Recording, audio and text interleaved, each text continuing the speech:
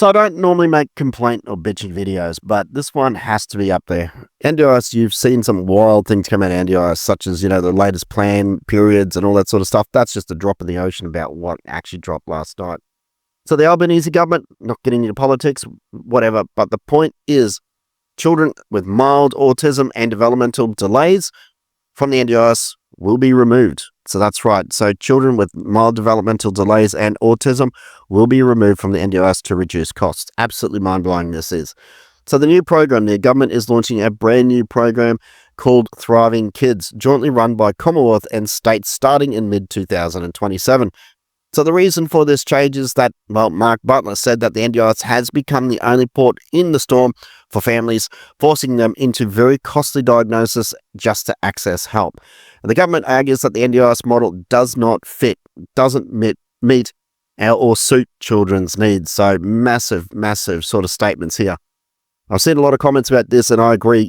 Some of these politicians actually need to go into homes and spend a few days with families to really understand what is happening in the home. So the saying is that children under 15 make up half of the new entrants into NDIS. Autism accounts for 7 in 10 new participants, and enrollments grew from 410,000 to 740,000 in 2024 to 2025.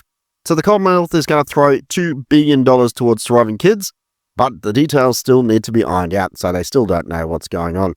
So at the moment, children who are on NDIS will remain on NDIS, but keep an eye out. They're going to be looking at periodic reassessments as well. So if it gets to the point where your child may need to be transitioned, that could be the case. So the cost control, obviously the NDIS is always talking about how expensive NDIS has become. And the NDIS, it's projected to reach $64 billion by 2029. So they really want to bring that back. And I guess that's why they're bringing up these programs to push these supports back onto the state funding. So Butler and Old Albanese stressed that NDIS must remain sustainable to maintain the public trust, and states have also called for very fast negotiations for services to continue for the needs for these families and, of course, get it set up correctly. Absolutely mind-blowing stuff. A lot of details still need to come out. Let me know in the comments, what do you think about this whole new Thriving Kids program that's going to be coming out, how it's going to affect you, and what you think it's going to look like. So yeah, I'm not a fan of it, but yeah, let me know in the comments.